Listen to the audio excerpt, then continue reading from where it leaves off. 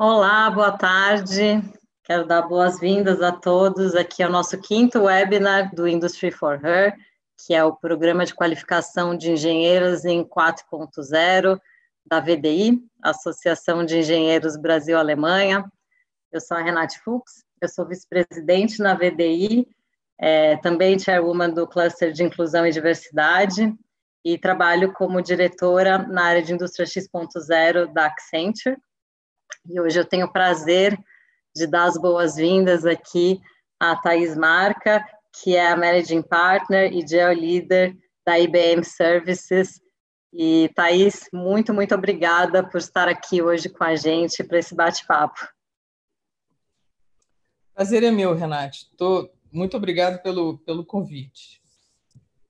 Eu que agradeço e quero dar um oi também para as nossas 24 engenheiras da primeira rodada do programa de qualificação da VDI, que estão aqui na sala do Zoom com a gente, vão poder fazer perguntas para a Thaís.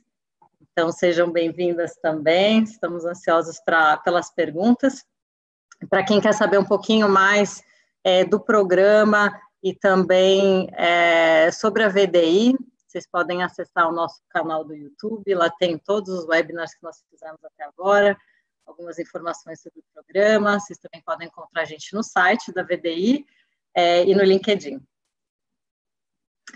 Então, vamos lá, eu queria começar aqui com a primeira pergunta para a Thaís, mas para entender, em primeiro lugar, né, como engenheira, o que influenciou sua decisão para estudar engenharia de sistemas?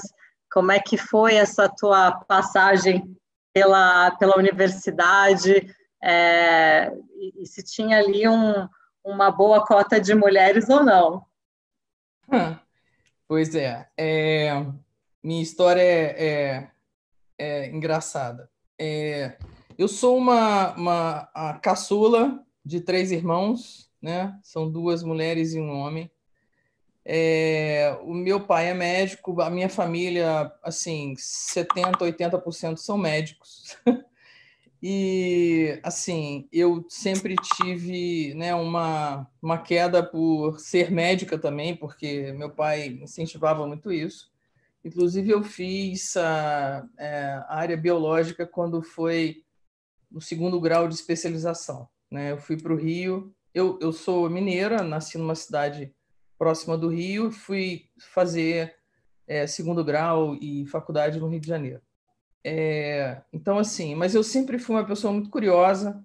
Meu pai vivia brigando comigo que eu desmontava tudo, então eu vivia desmontando os relógios dele. E não conseguia montar, sempre sobrava uma peça. Eu desmontava os aparelhos da cozinha, né? E ele ficava bravo comigo, mas assim, eu sempre tive curiosidade de saber como é que funcionavam as coisas, né? E assim, eu gostava daquelas brincadeiras que geralmente os meninos gostavam, né? Que era de brincar de carrinho de rolimã, eu queria saber como é que funcionava. Então, assim, então na época do vestibular, o meu pai me levou para ver uma cesariana de uma amiga nossa e eu entrei com ele na sala e desmaiei 3 vezes. Assim, eu falei assim, olha, pai, eu realmente não tenho sangue para ser médica, vou fazer outra coisa. E ele disse assim para mim, filho, olha, eu quero que você seja independente, eu quero que você tenha... Meu pai sempre incentivou a gente a ser independente, né? Então, eu te dou 2 escolhas, né? Já que medicina você não quer. Ou você vai fazer direito ou você vai fazer engenharia.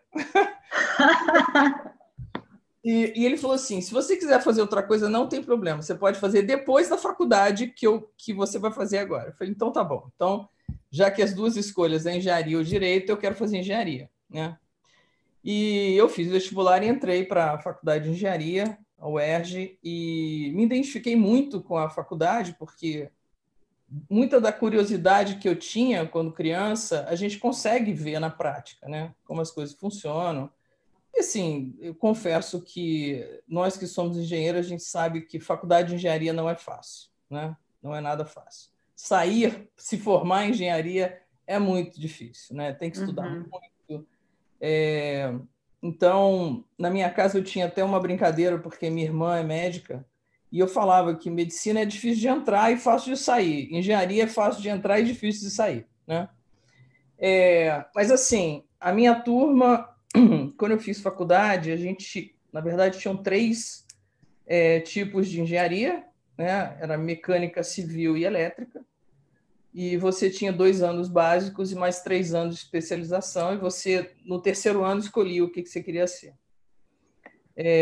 Todos tinham a mesma base, né? Fazia desenho técnico, cálculo, todas aquelas matérias de básico. E eu escolhi fazer elétrica, né? Porque eu me identificava mais com a parte eletrônica, né?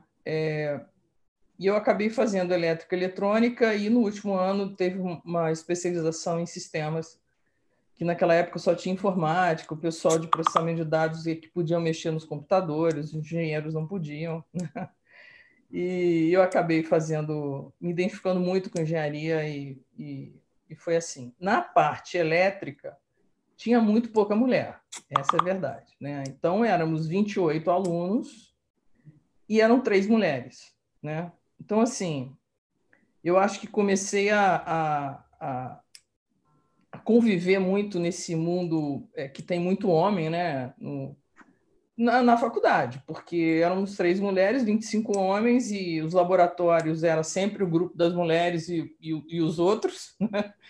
A gente queimava os capacitores, e eles viviam falando: vai para casa, Dona Maria, vai lavar roupa, essas coisas. Né? Então, a gente já enfrentou como é que ia ser a vida dali por diante na própria faculdade. Mas foi isso. A minha escolha por engenharia foi essa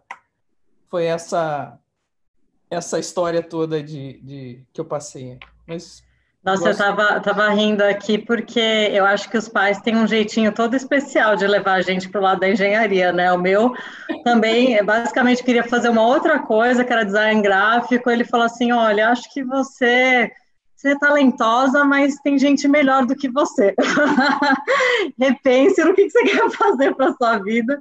Ele falou de um jeito que não foi impondo nada, mas que realmente me fez refletir e talvez escolher algo que gerasse mais frutos, me desse mais flexibilidade mais para frente. Isso, Bom, acho que nos dois casos aqui eles acertaram, então foi bom. verdade. E, bom, acho que a segunda pergunta que eu tenho para você é exatamente como é que foi o seu início de carreira, né? Depois da faculdade, e também como é que foi entrar no segmento de tecnologia. Tá. Bom, quando eu tinha um professor que ele, na verdade, direcionou bastante a minha carreira, porque ele era um professor muito bom e ele trabalhava, na época, em tecnologia, numa empresa que tinha no Brasil chamado Cobra, que fabricava computadores no Brasil. E eu queria fazer mais ou menos o que ele fazia. Eu queria ser uma analista de suporte de grande porte, e já a minha entrada no mundo de profissional já era na área de tecnologia. Né? Então, eu entrei como estagiária na Xerox. A Xerox, na época, era uma empresa gigante, e tinha uma área de sistemas também muito grande, né? Então, eu entrei para ser programadora, estagiário, né? Na área de sistemas da Xerox. E assim, eu entrei para a área que cobria a parte técnica da companhia. Então, a gente fazia sistemas para a área dos técnicos, né? Atendimento técnico, toda a parte logística de criar kit técnico. Então, a Xerox tinha bastante tecnologia e inovação na época, e eu me lembro que o primeiro sistema assim inovador que eu fiz na época era os técnicos, eles saíam de manhã com as visitas que eles tinham que fazer, voltavam à noite, ligavam para o call center, passava o que tinha acontecido e pegava a visita do dia seguinte, né? E na época a gente pesquisou e falei, gente, podia ser uma coisa. Não tinha nada de workforce management, não tinha esses sistemas de roteirização, né? Que o cara sai de casa, qual é o melhor roteiro para ele. Então, eu fui encarregada de fazer o sistema de atendimento técnico, como é que eu melhorava o sistema, aquele sistema, e na época surgiu o Pagers. O Pager com linhas, Uhum. com 3 linhas que você conseguia escrever, né? Mandar mensagem para o Pager. Acho E, que tem algumas pessoas que vão ter que pesquisar agora o que é um pager, né? e é bom, né, para conhecimento de todo mundo. Então Exato. eu tive que pesquisar e ver como é que eu podia automatizar a vida do técnico, em vez dele ligar para receber a chamada, eu mandar a chamada para ele automática na hora que um cliente ligasse. Como é que eu emulava de um sistema mainframe para um sistema de pager, que era basicamente sistema em microcomputador, né? Então a gente fez na época foi super revolucionário, criava um emulador de operador de computador para poder mandar a mensagem. Assim, foi revolucionário na época, mas daí começou a minha vida de curiosidade, né, que eu sempre tive, como é que eu melhoro um processo, como é que eu posso fazer mais fácil, né, e com a capacidade de usar a tecnologia em cima, né? Então, assim, eu acho que a minha vida sempre foi ligada à tecnologia, eu gosto de coisas novas, gosto de ver como é que elas funcionam e como elas ajudam na nossa vida, né? Tem muita coisa que ajuda bastante. E quando é que começou o período assim de liderança na sua carreira? E que eu acho que né, hoje, até pela sua posição, né, e responsabilidade, existem vários steps, né, até chegar aí, e várias, com certeza, vários aprendizados, né?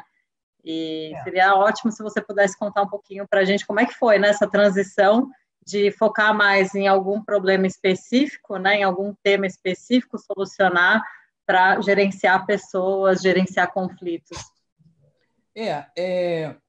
Assim, eu diria que o período mais difícil na carreira de um líder é quando você deixa de ser um técnico e vira um gerente, né? Porque você passa da responsabilidade de você executar para a responsabilidade de um grupo executar, né? E é Uhum. difícil você passar esse período. Então, eu costumo ajudar muito as pessoas quando elas se tornam gerentes, porque eu sei que é difícil, né? A gente se tirar o apego de eu vou fazer, o cara não está fazendo, não, deixa que eu vou fazer. Não, não vai deixar ele fazer, deixa ele fazer. Você tem que confiar, tem que dar coach, tem que treinar, Desenvolver. mas deixa ele fazer, né? Então, assim, eu tive o meu pai é médico, como eu te disse, ele tinha uma fazenda, né? Médico de interior geralmente é médico e tem fazenda, né? Ele é um desses. E ele viajava uma vez por ano para pescar com os amigos dele. E ele deixava a fazenda na minha mão. Então eu tinha lá os meus 12, 13 anos, eu tinha que fazer a gestão financeira da fazenda, porque os empregados da fazenda eles recebem toda semana, né? Diferente do que a gente está acostumado. Então eu tinha que fazer aquela gestão e meu pai me deixava isso muito nova, então eu já tive que aprender a lidar com homens, né? Eu era uma garota, né? Uma menina, lidar com homens, com dinheiro, né? Que é um pouco até mais complicado. E eu sempre tive que ser muito dura porque eles tinham que me respeitar, né? Então, acho que a minha vida começou daí de aprender um pouco a, a liderar. Mas assim, dentro da empresa, eu tinha uma característica grande de resolver problema na área de sistemas e eles me viam como um potencial gerente que pudesse ampliar essa minha característica de o usuário gostava muito de mim, então eu fui muito nova gerente na Xerox. E eu tive que gerenciar gente muito mais velha que eu, né? Então, assim, minha primeira gestão, eu tinha um funcionário que ele, assim, tinha mais ou menos 50 anos. E eu tinha lá meus 24, né? 24, 25 anos. Então, aquilo para mim foi assim, eu aprendi que, primeiro, você não precisa saber mais do que o seu grupo, né?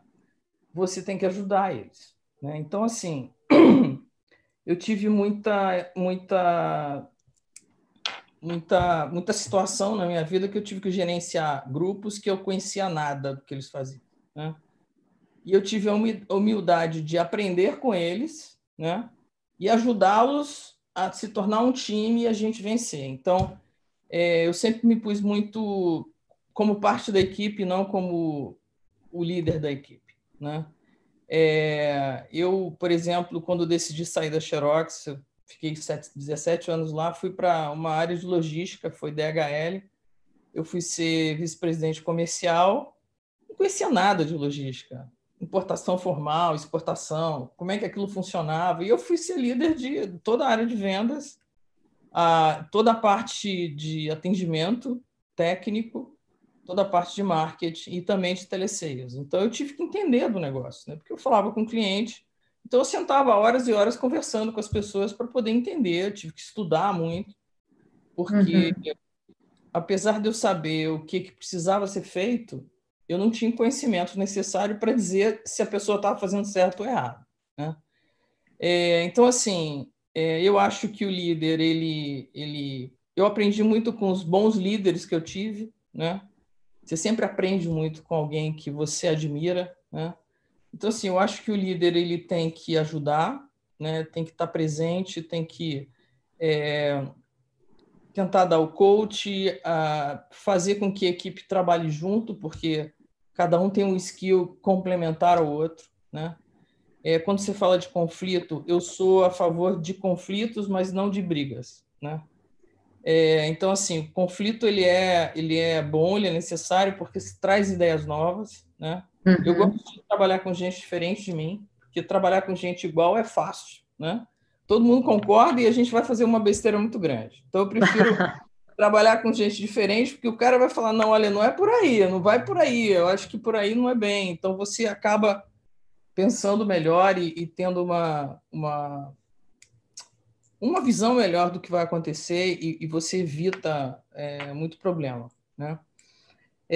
Então, assim, eu gosto do conflito, mas quando tem uma briga, um conflito muito desnecessário, eu acho que a gente resolve com conversa, né? Então, quando eu tenho um problema entre duas pessoas, eu ponho elas para conversar junto comigo, gente, né? A gente precisa resolver isso porque tem um objetivo maior que né? Eu costumo dizer que o inimigo está lá fora, não está aqui dentro. Então é isso, Nath. Muito bom. E você mencionou que é importante, como líder, desenvolver a equipe, estar perto, ajudá-los, né? E como é que é para você a divisão, né, do seu tempo entre, né, desenvolvê-los, mas também continuar tocando o negócio? É, é, Pois é, assim, eu sempre fui uma pessoa que eu falo e faço, né? Então é mais fácil você convencer alguém quando você sabe fazer e ela te olha, né, vê que você sabe fazer. Então, eu até hoje sou uma pessoa que eu lidero venda, que quando tem um problema sério de delivery, entro como responsável para poder ajudar. Então, assim, eu acho que o líder ele tem que olhar futuro, né? O que eu costumo fazer muito com a minha equipe, a gente desenha a estratégia, né? A gente põe o objetivo e desenha junto a estratégia. E nessa estratégia, algumas ações são minhas, né? Eu que tenho que fazer, além deles também. Então, assim, é uma questão muito de disciplina, né? Eu sei que geralmente eu começo de manhã olhando o que eu preciso fazer. Eu sou aquelas que anoto, né? O que eu preciso fazer naquele dia, eu tenho que fazer aquilo, então eu vou dar um jeito na minha agenda de cumprir tudo aquilo que eu preciso, porque senão você acaba se perdendo no dia e não faz o que tem que fazer. Eu acredito que também escrever o que você quer e onde você quer chegar ajuda você a mentalizar o que você quer fazer realmente, né? Então, eu costumo fazer isso também.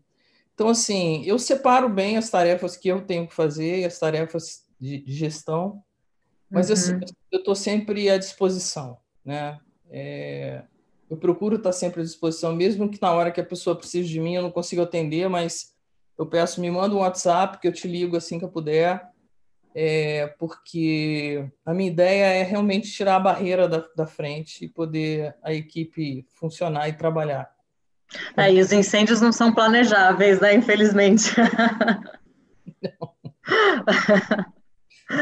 Legal. E eu queria entrar um pouquinho agora no tema de sororidade, né? Falar um pouco, primeiro, até se você chegou nesse período de liderança a passar por alguma situação de machismo, e como é que você lida, né, no dia a dia para trazer esse tema para dentro da empresa, né? Principalmente se existem aí, talvez, projetos ou temas onde existam mais homens até do que mulheres, e possa haver qualquer tipo de conflito ou preconceito. Como é que você lida com isso no dia a dia junto à sua equipe? É assim, é evidente que hoje em dia a situação é um pouco mais fácil do que há 25 anos atrás. É evidente que eu passei por situações, sim, assim, eu não assumi uma posição porque os liderados eram todos homens, né? Eu ia ser a única mulher da equipe. Isso foi dito de forma clara para mim. Você não vai assumir essa posição porque todos são homens e você não vai conseguir se impor. Apesar de eu achar diferente, né? Aconteceu. Então, assim, no decorrer da minha vida eu tive muitos episódios, né, de machismo, mas eu aprendi a lidar com isso, né, Renate? E eu acho que aprendi a lidar e aprendi a ensinar meus filhos a lidar melhor com isso também, né? É uma coisa que você tem que passar experiência para as pessoas. E eu procuro fazer isso com os meus liderados também, né? Eu acho que dentro da IBM, hoje em dia, né, dentro da empresa que eu estou hoje, tem muita abertura para que isso não aconteça. Né? Uhum. Então, eu acho que aqui na IBM, por exemplo, tem um grupo de diversidade, inclusive o nome é BRG Mulheres, onde, inclusive, quem lidera é homem, né?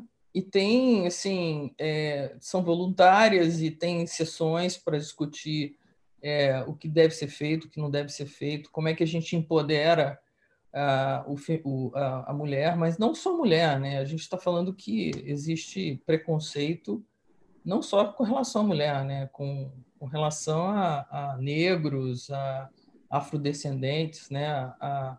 A LGBT. Então, assim, aqui na IBM a gente tem muito pouco desse tipo de problema, sabe, Renate? Mas já aconteceu bastante comigo. Eu acho que a desigualdade social, inclusive, gera problemas na economia, né? Tem alguns dados que dizem que se a gente tivesse mais participação da mulher na economia do Brasil, por exemplo, a gente poderia gerar 380 bilhões de reais a mais, né? Se a gente não tivesse essa desigualdade entre homens e mulheres e tivesse mais a força de trabalho feminina na nossa própria cultura, né? Então, assim, eu acho que criando esse tipo nas empresas, desse tipo de, de grupos, né, que discutem sobre isso, que ajudam e também internamente tem áreas na IBM que você pode, inclusive, denunciar alguma coisa semelhante. Eu acho que ajuda as pessoas a se exporem e poder contribuir mais com ideias diferentes, né? Porque eu acho que eu sou uma pessoa que eu penso que pessoas diferentes que viveram situações diferentes ajudam muito, né, numa solução de problema, que pensa de forma diferente, tem um background diferente, viveu algo diferente, então ele ajuda muito a você, inclusive, ter soluções inovadoras para os clientes, né? Sem Então, dúvida. é. Bom, você mencionou que a IBM já tem, né, essa rede de apoio, inclusive eu acho muito importante também ter esse canal para qualquer tipo de evento, né, eu acho que isso traz uma segurança maior, e algo que é anonimizado, né, então é importante para os diferentes grupos. É, e aí eu queria saber a sua opinião, o que que a própria mulher pode fazer, a mulher que almeja um cargo de liderança, né? O que que ela mesma pode fazer para apostar na carreira, para se impor, né? Para falar, oi, tô aqui, eu quero, né? O que você aconselha nesse sentido? Olha, eu vou dizer e vou dar um exemplo do que aconteceu comigo, né?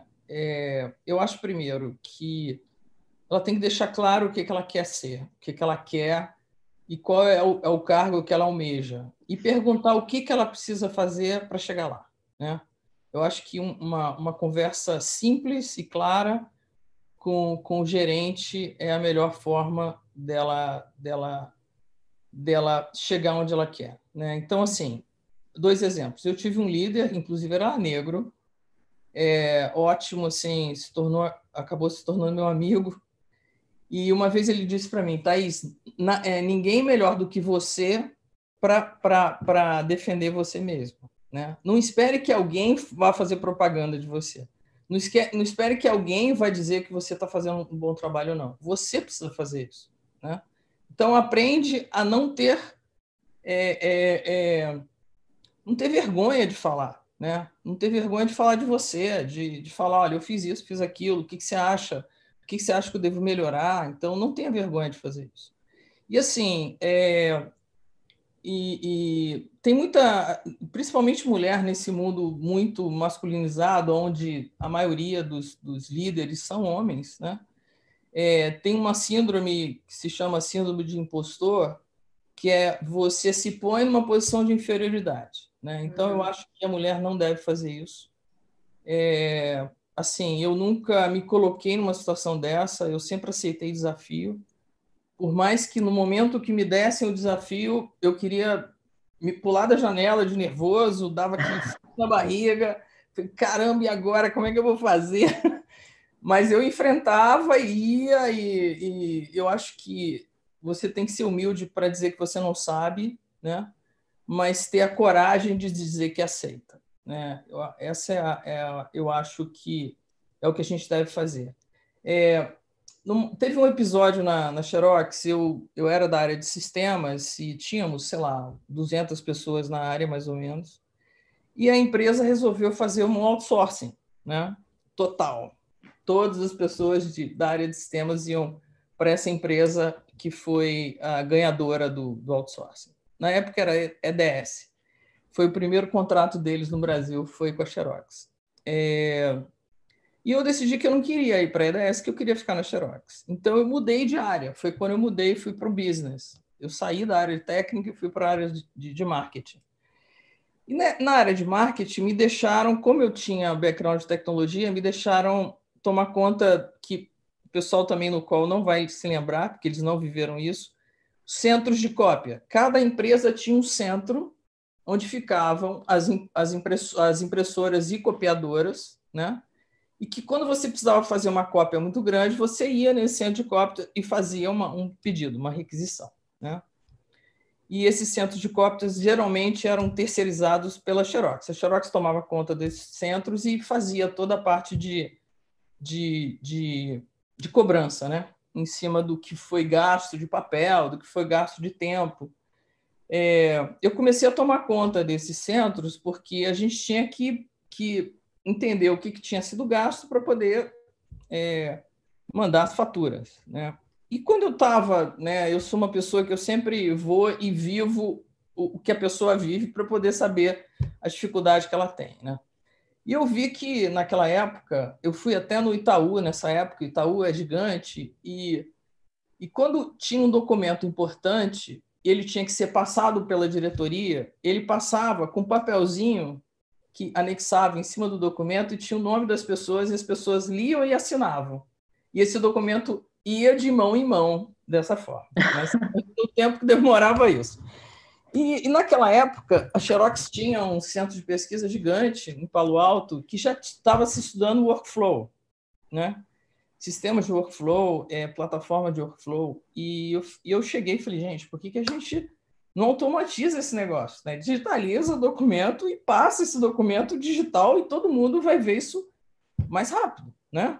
Eu tiro do carinha, né, do boy que vai ter que entregar esse documento e jogo ele no sistema. Então, eu comecei a estudar esse mercado, né? Peguei alguns consultores de fora para me ensinarem o que era isso, o que era digitalização, o que era a imagem de documento, como é que a gente circulava isso. E fiz um business case, qual o tamanho do mercado, como é que a Xerox podia ser ligada a isso, como é que a gente podia usar o nome da Xerox para fazer isso. E fui falar com a diretoria executiva. Eu era, assim, uma gerente baixa na empresa, né? Ninguém me conhecia. Eu pedi uma hora com a diretoria executiva toda. Ótimo.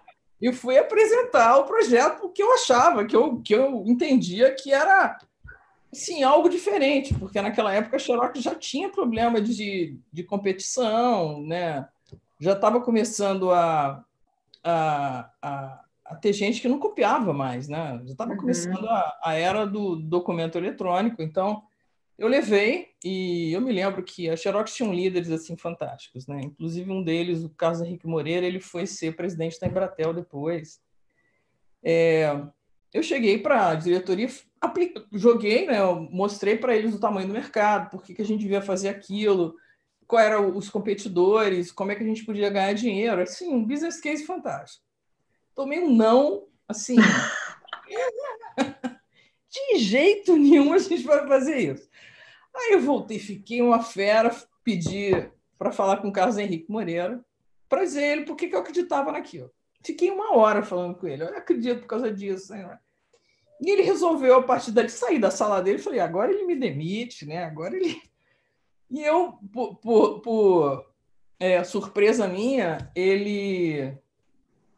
2 dias depois eu recebi um recado que ele estava me dando uma oportunidade de abrir uma área nova, estava me dando 4 pessoas e ele queria que eu acertasse um sistema lá que a gente tinha um centro de cópias, porque os técnicos tinham que ir todo dia em todas as máquinas ver o contador, como se fosse um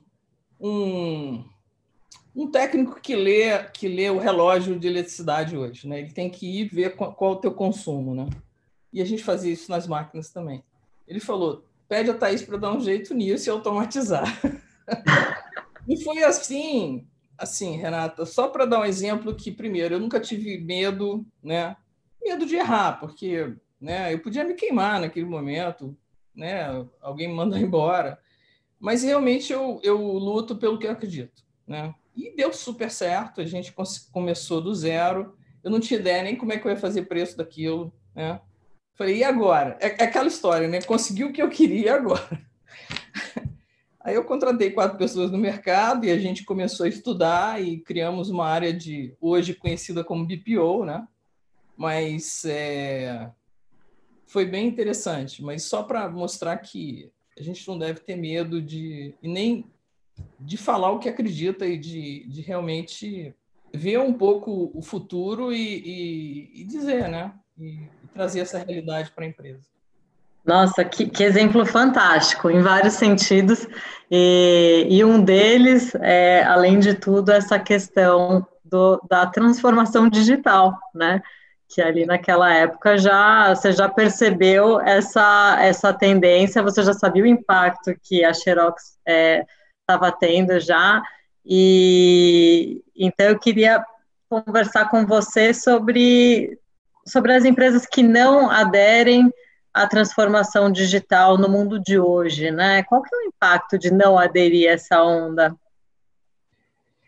Eu acho assim, essa situação que a gente vive nesse momento de pandemia, que, na verdade, eu acho que ninguém nunca, nem em ficção científica, podia imaginar um negócio desse. Eu acho que as empresas, pegou as empresas de surpresa, várias delas estavam em vários estágios diferentes da reinvenção digital. e eu acho que as que estavam mais preparadas da forma digital são as que se deram melhor, sem dúvida nenhuma, Renate. Eu acho que eu nunca comprei tanto de forma digital na minha vida. Eu acho que aquele medo da pessoa pôr o cartão de crédito na internet, medo de dar um endereço, acabou. A entrega está muito mais rápida, né? Do que antigamente.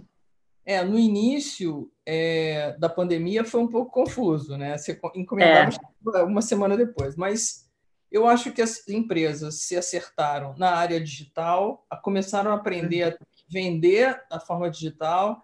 Eu me lembro que tem um cliente nosso que a gente ajuda eles na parte online, e mesmo assim tinha muito vendedor na loja, né? Como é que esse cara sobrevive agora? Como é que ele vai fazer? Né? O cliente não está na loja e ele começou a vender por WhatsApp, né? Então, assim, eu acho que as empresas, seja ela em qual setor for, tá? Que não tiverem um back-office digital ou um atendimento digital ou até atendimento mesmo, porque, né, a gente tem alguns exemplos que, nesse momento, as pessoas foram para casa, né? Então, tinham aqueles call centers gigantes, onde você roteia a ligação, né? Entra uma ligação, você manda para o próximo atendente. Só que isso não acontece mais, a pessoa está em casa, né? Como é que você faz o roteamento de um atendimento? Então, assim, se você tem um atendimento digital, se você usa inteligência artificial para ajudar nesse atendimento, né? Se você tem um chat, né? Usando tecnologia para poder ajudar, inclusive na venda, não só na venda, na parte também de fabricação, né? Então, vou te dar um exemplo. A Volkswagen, a gente começou com eles há uns anos atrás a criar um manual digital, né? Então, a gente brincava até porque a gente nunca sabe onde estão as partes do carro, né? Onde que fica o macaco. Então, a gente criou o manual digital e foi uma coisa muito rápida, né? A gente fez isso em 3 semanas. O aplicativo estava pronto, né? E começou daí. O cara se conectava no carro dele, punha o modelo do carro, o código do carro, e ele, né, falava via o manual através disso. Na pandemia, a Volkswagen lançou um carro totalmente de forma digital. Lançou um carro inteiro. Sim. E o carro tem todo o painel do carro, ele é feito com inteligência artificial. Então, o motorista, e foi a gente que fez, e tem até um episódio interessante que a Volkswagen mandou um carro para a casa da analista que estava tocando o teste do aplicativo. E ela ficou lá com o carro na garagem fazendo os testes da garagem dela, mas assim, foi totalmente digital, uma indústria que é totalmente, né? Você ia pensar, pô, digital, uma empresa automotiva, né? Ele fez o lançamento digital, o carro você consegue pedir, comprar coisa através do painel do carro, né? Você pode pedir comida, pode pedir o que você quiser. É bem interessante e assim é um exemplo, né? De como é que uma empresa super tradicional pode se reinventar de forma digital, né? Eu acho que todas as indústrias aí podem seguir esse exemplo. Eu acho que tem que se transformar, senão vai ter um problema sério, né? Super interessante, né? Porque até o processo de venda de um automóvel, ele tinha uma parte muito importante offline, né? Que era uma parte pessoal, de ir lá na concessionária, conhecer e testar, e o pagamento feito lá também, né? E esse é um processo que já pode ser praticamente online, né? Até uma montadora, acho que semana passada, divulgou o primeiro, acho que é o primeiro processo completamente online aqui no Brasil, algo que na China já aconteceu rapidamente pós-pandemia, mas é realmente uma transformação muito forte, né, que pode impactar também até o formato que a concessionária hoje se apresenta, né, o local, a estrutura, etc. Então, acho super, super interessante esse exemplo também. E aí até, acho que eu comentei com você na prévia que a gente teve, aqui no projetinho do Industry for Her. As 24 engenheiras que fizeram parte, elas tiveram um projeto de trabalhar na nossa assistente virtual da VDI, né, que é baseada aí no Watson. Então, foi super bacana poder... Primeiro, eu acho que o grande propósito disso era... O grupo era seleto de 24 engenheiras, então como levar todo esse conhecimento 4.0 para as várias outras engenheiras que ainda não entraram para o projeto, né? Então, isso é algo que está em andamento. E, de repente, você tem aí mais um outro exemplo interessante do Watson para trazer para a gente aqui. Tenho. Assim, primeiro que o Watson, o número de interações do Watson desde fevereiro, entre fevereiro e maio, dobraram aqui na América Latina. Claro que causado pelo grande... pela pandemia, principalmente, né, Renato? Mas, assim, a gente tem um caso super interessante na TIM.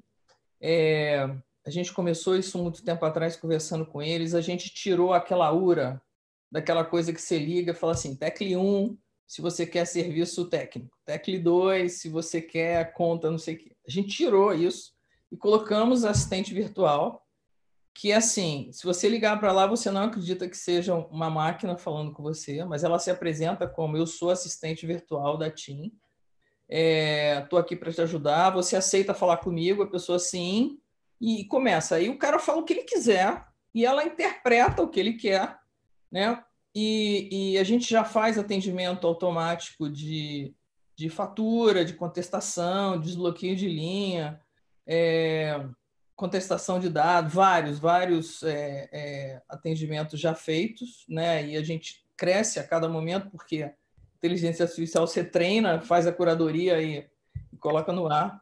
Mas, assim, já teve mais de 3 milhões de autoatendimento na TIM, todos com muito sucesso. Uma coisa impressionante a gente já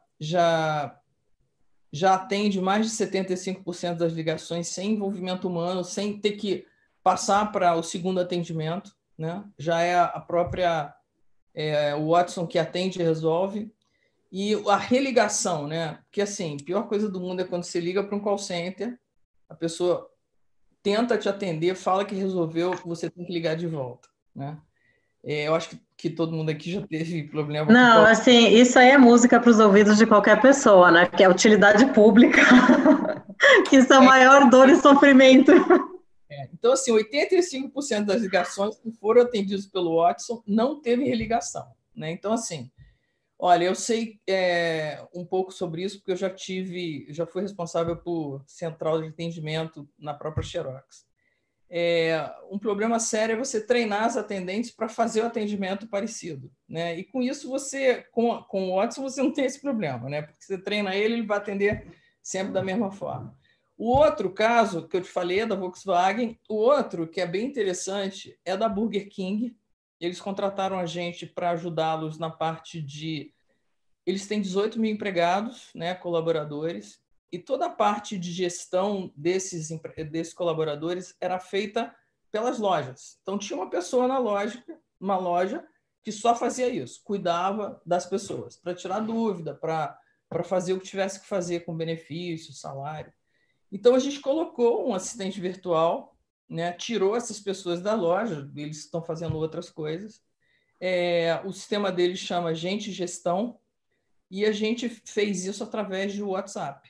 Então, qualquer pedido, qualquer dúvida que os funcionários do Burger King têm, eles usam esse assistente virtual através do WhatsApp, que é uma coisa super importante, e nesse momento de Covid foi super importante, porque tinha, inclusive, informações do que eles tinham que fazer, como eles tinham que agir, que tipo de equipamento eles têm que usar, o que eles tinham que fazer em casa.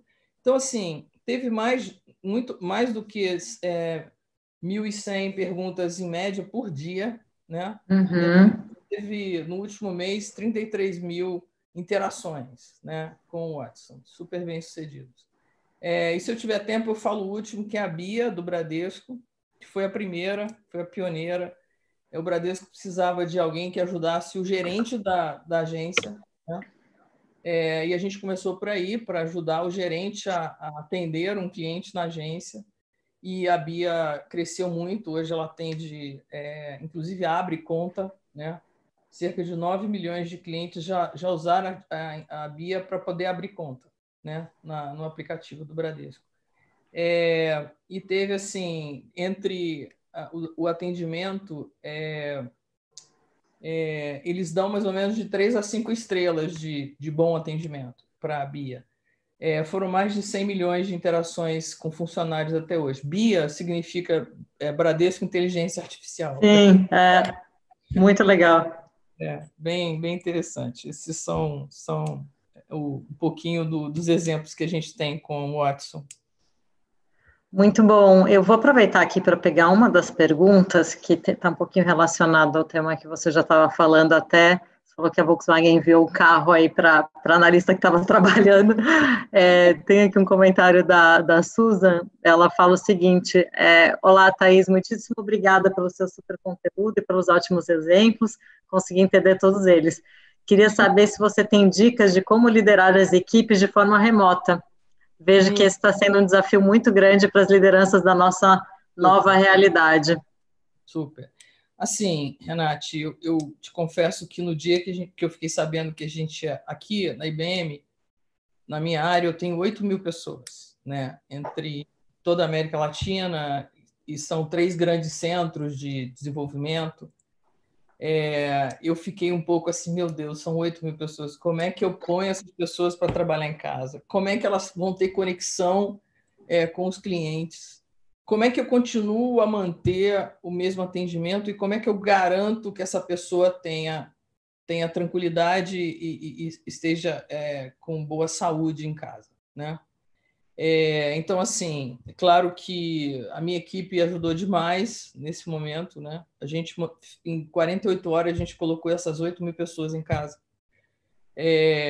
Claro que teve algumas que tinham realmente problema de conexão, a gente poder ajudar.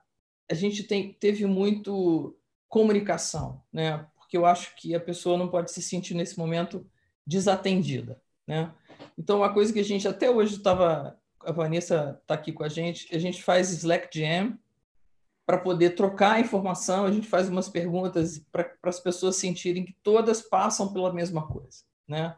Todas que têm criança pequena estão na mesma situação, tem que dar aula para o filho junto com o colégio, na mesma sala está o marido, você e a criança fazendo aula e você tendo que fazer reunião. Assim, a gente fez muita comunicação de o que eles tinham que fazer, como eles tinham que proceder, o que eles faziam com os clientes. Então, assim, eu fiz bastante reunião virtual com eles. A gente incentivou a fazer café da manhã, happy hour com os times. Muita informação. Aqui na IBM a gente tem até psicólogo, advogado de plantão para poder ajudar as pessoas. Então, assim, no início foi bem complicado para entender como a coisa funciona, né? A gente sempre media satisfação, sempre media saúde, né, da pessoa, e a gente sempre media como é que estava o nosso nível de serviço, né? Olhava todos os lados. Até hoje, no início eu comecei a fazer uma reunião por dia com a liderança, eu pedia que eles fizessem o mesmo, a gente fazia uma reunião com cada grupo que atendia os clientes. Todo dia a gente fazia isso. A gente ficou 2 meses fazendo isso todos os dias, para entender como é que estava, se tinha alguém doente, se não tinha alguém doente, a gente acompanhava. Então, assim, não é fácil, mas eu acho que o ser humano sempre se adapta, né? Então, Foi Renate, um período de muito aprendizado para todos, né? muito, muito. Mas a TED, eu achei que a adaptação foi mais rápida do que nós imaginamos.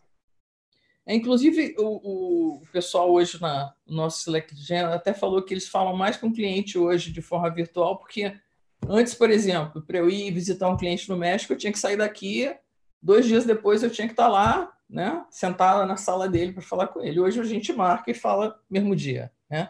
Então, assim, é diferente, né? mas eu acho que dá para a gente engajar pessoas, dá para dar o mesmo suporte que você dava antes. Eu acho que tem que estar mais conectado com eles, né? Fazer mais reuniões, inclusive para relaxar, né? E é uma coisa que a gente aprende, né? Aprendeu, e eu acho que a gente ainda está aprendendo muito, porque o que vem por aí é um pouco misto, né? Na minha visão. Vai ficar muito entre home office e realmente escritório, né? Legal. E, bom, a gente já está quase chegando no final, mas eu queria voltar aqui para um tema que agora diz respeito às nossas engenheiras, né? E até linkar aqui uma das perguntas que eu queria fazer com uma das perguntas que a gente recebeu aqui no chat, que eu queria saber é como incentivar mulheres a entrarem, né, no segmento de tecnologia e seguirem carreira. E a Ruth perguntou aqui no chat também o seguinte, ela fala, gostaria de saber quais são as ações da IBM para mulheres em cargo de liderança. Bom, deixa eu responder a primeira. Qual é o conselho, né, para a pessoa ir para a área de tecnologia, as engenheiras? Isso, seguir carreira, né? Tecnologia, isso. Isso. Bom, eu creio no seguinte: primeiro, se a gente colocar 2 anos daqui para 2 anos, eu acho que 50% do emprego que a gente tem hoje vai mudar, né? Vai mudar. Então, eu acho que, primeira coisa, tecnologia é uma coisa que vai estar sempre presente, mais e mais, né? Tecnologia é uma coisa que a gente sai da faculdade já obsoleto, né? Porque tecnologia se aprende sempre. Então, assim, eu acho que futuro você vai ter que ter muita habilidade analítica, habilidade de soft skills, que é resolução de problema, gestão de pessoas, porque por mais que a gente use máquina para fazer cálculo matemático, até fazer análise ou até atendimento, você não vai ter uma máquina gerindo pessoas, né? Gestão de pessoas é algo que a gente vai ter que ter, e esse skill de gestão de pessoas, de flexibilidade, de perseverança, é algo super interessante. Olhando para o futuro, como eu te disse, vamos supor que 2030, eu acho que a maioria das profissões que a gente conhece hoje não vão não ser mais as profissões que a gente conhece. Então, assim, eu acho que seguir a profissão de tecnologia e entrar nessa área é super importante, porque ela sempre vai estar presente daqui para frente, né? Uhum. Ela está muito pouco presente, se você considera 50 anos atrás, apesar de eu ter te dado um exemplo que já há 30 anos atrás a gente usava inovação e tecnologia para algo que, né, não tinha tanta informação e tanto sistema, né, que você pode usar. Mas eu acho assim, olhando para o futuro, tecnologia é super importante. A pessoa que tiver skill em tecnologia, soft skills e ter também uma profundidade numa indústria, eu acho que essa pessoa é uma pessoa que vai ser bem qualificada sempre, né? Uhum. Então, assim, eu acho que eu seguiria, se eu tivesse que escolher agora, claro que o conhecimento que eu tenho fica fácil, mas mesmo olhando o que está acontecendo, eu seguiria a carreira, né, e escolheria a tecnologia exatamente pelo que está vindo por aí. 5G vai mudar a forma da gente interagir. Eu vi coisas fantásticas no Mobile Congress da última vez que eu fui, que essa penúltima, a última foi virtual, né? A penúltima, que é assim, você ter um guitarrista e um tecladista, um é virtual e o outro tá presencial. Então, assim, também aquele, não sei se você viu aquele vídeo que passa um dragão em cima de Vi, fantástico, assim, então você fantástico. imagina o médico poder operar, né, de outro lugar do mundo, né? Então, assim, tem tantas possibilidades, eu acho que ter o background de tecnologia é super importante, né? Super. E, de novo, né, para as mulheres e engenheiras, eu acho que dizer o que vocês precisam e que querem e perguntar como é super importante em qualquer carreira, principalmente essa carreira de tecnologia que ela voa, né? Você tem que estar sempre Uhum. antenado. Qual era a outra pergunta, A Renata? pergunta é, nesse sentido, como é que a IBM incentiva mulheres na liderança? Quais são as iniciativas que a IBM tem nesse sentido? Primeiro, a gente tem várias iniciativas, né? Várias. Primeiro, eu, por exemplo, quando eu vou contratar uma pessoa, eu tenho que sempre considerar pelo menos uma mulher para ser considerada na vaga, né? Uhum. Toda vez que a gente olha uma promoção, a gente considera também as mulheres para poder incentivar mais e mais a elas serem líderes na empresa. A gente tem feito muito dentro da empresa com homens, mentoria reversa. Eu próprio já participei de uma mentoria reversa para mim, né? De pessoas afrodescendentes, mulheres e pessoas que são mudas, para você sentir o que a pessoa passa, né? É super importante. E cada vez mais a gente fazendo isso, envolvendo os homens, eles começam a abrir mais espaço para as próprias mulheres, né? Então, assim, a IBM, gente, ela em 1950 ela já tinha diretora mulher. Assim, ela faz, ela incentiva escolas e treinamento para mulheres na área de tecnologia de baixo nível, né, de nível social mais baixo. Aqui dentro da IBM, a nossa presidente até dezembro era mulher, né? A gente tem muita mulher na liderança dentro da IBM, tanto em Américas, tanto em Latinoamérica, tanto a líder de Asia Pacífica é mulher. Tem várias líderes mulheres na Europa, né? A Espanha é liderada por mulher. Então, assim, a gente tem meta, inclusive, de quantas mulheres, desde que entra, né, de estagiário, de programador, analista, quantas mulheres a gente tem, como é que a gente incentiva que a mulher continue, porque uma coisa complicada é quando a mulher tem filho, né? Geralmente é onde ela se descola da empresa e acaba ficando em casa. Então, Uhum. o que a gente tem de programa para incentivar a mulher a amamentar, entendeu? Deixar o marido mais tempo em casa, ele fica de 5 dias na semana, 3, ele trabalha no escritório, 2, ele fica em casa, na época que a mulher teve a criança. Então, assim, tem vários incentivos para que a mulher fique, né, e que ela cresça dentro da IBM. Tem bastante coisa. Que ótimo. E acho que a palavra-chave aí para minha última pergunta, você falou assim, filhos, né? Filhos e mulheres na liderança e como lidar com isso. E acho que assim, uma pergunta que sempre vem, né? Eu acho que é uma curiosidade muito grande, principalmente pensando aí nas grandes líderes do nosso país, é como conciliar a vida profissional com a vida pessoal, né? E assim, tenho certeza que você tem ótimas histórias aí, mas eu queria fechar com esse tema. Eu tenho. A gente vai ter que marcar outra para contar as histórias. Assim, primeiro, né? Eu tive minha filha prematura, então para mim foi muito difícil. Inclusive, eu pensei em largar, né? E eu tive um líder que me ajudou muito e me fez ficar, né?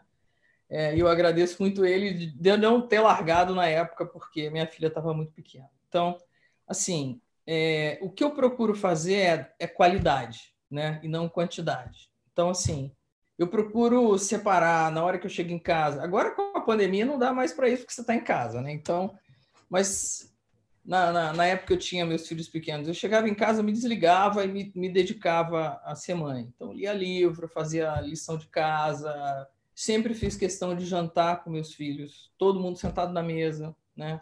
Esse negócio, mãe, eu vou comer no quarto. Não vai, não, vai comer na mesa, né? que esse momento de família a gente tem que ter. Então, assim, eu procuro ser muito presente com eles. Assim, a gente tenta fazer o melhor. Na verdade é isso, né, Renate? A gente tenta fazer o melhor, se dedicar o melhor que pode no trabalho e o melhor que pode em casa. Às vezes você tem que fazer escolhas difíceis, abrir mão de algumas coisas, ou no trabalho ou em casa, mas eu acho que muita disciplina, né? Tentar ter uma disciplina. O pessoal que me conhece da IBM acha que eu sou workaholic, eu acho que eu não sou, mas os meus filhos acham também, então estou chegando à conclusão que eu sou. Mas final de semana eu procuro me dedicar à família, né? Saio com eles, vou no restaurante. Se bem que os meus filhos agora são super adultos e não querem mais saber de mim, né? Que assim, chega um momento que não querem mais saber de você. Mas assim, eu acho que não é situação fácil, principalmente quando você está liderando. Eu viajo muito, eu passo 3 semanas do mês viajando, né? Uma semana aqui. Mas estou sempre conectada, estou sempre ligando, faço questão de ligar todo dia. Minha filha já saiu de casa, eu ligo para ela todo dia, para saber se ela está bem, como é que estão as coisas. Então, assim, não é fácil, mas eu acho que os filhos também se adaptam, né? A ter a mãe. Qual que é o período mais crítico aí entre né, neném e adulto? 2 períodos para mim são críticos. Quando a criança ainda não está na escola, começa a andar e começa a se quebrar todo, né? Eu tinha um chefe que dizia que eu morava numa árvore e de vez em quando caiu um filho. E eu tinha que sair eu tinha que sair correndo para acudir, né? Meu filho vivia com o pé quebrado, com a perna quebrada. Essa época é difícil, é difícil. E a outra época difícil é a adolescência, porque adolescência adulto, né? 18, 20 anos, que o adolescente começa a achar que ele sabe tudo, né? Começa a sair, não volta para casa, não liga, você liga, não atende. Então, assim, passei noites e noites na rua e no dia seguinte, 8 horas da manhã, tinha que estar trabalhando. Então, assim, são 2 períodos complicados, Renate, mas eles passam. Fingindo que nada aconteceu, né? Tá tudo certo. Muito bom. Muito, muito bom. Nossa, eu sabia que ia ser uma ótima conversa, por mim eu ficava aqui falando com você um tempão. São muitas histórias, muitos bons exemplos. Queria te agradecer muito, Thaís, pelo seu tempo, por todo esse conteúdo que você trouxe para a gente. Que ótimo. Tenho um prazer enorme de falar com vocês. Obrigado pelo convite novamente. E aí, não sei se você tem alguma consideração final aí, pensando nas engenheiras, algo que, né, um último conselho, uma última dica. Assim, primeiro, eu acho que, já falei isso algumas vezes, não tenha o síndrome do impostor, né? Acreditem em vocês mesmas, não tenham medo de errar e não tenham medo do novo. Aceitem os desafios, se desafiem, né? Acreditem na sua capacidade, porque eu uso a engenharia, o que eu aprendi na faculdade até hoje, lógica, eu ponho lógica em tudo na minha vida, em tudo, em tudo, em tudo. Então, assim,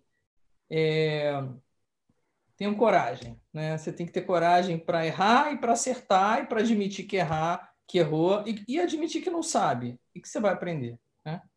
Então, acho que é por aí. Manter a curiosidade, né? Isso. Muito bom, muito bom. Queria agradecer também a todos que participaram, quem nos assistiu aqui. A gente vai ter mais um webinar no dia 9 de setembro. Vai ser com a Solange Sobral. A Solange, ela é vice-presidente partner de operações na CI&T, também bem ansiosa para conversar com ela. E uma boa noite para vocês. Thaís, boa noite. Espero que a gente mantenha aí contato. E espero saber sempre aí de você e das novas tendências aí de tecnologia. Tá bom. Obrigada, gente. Boa noite. Tchau. Boa noite. Tchau, tchau.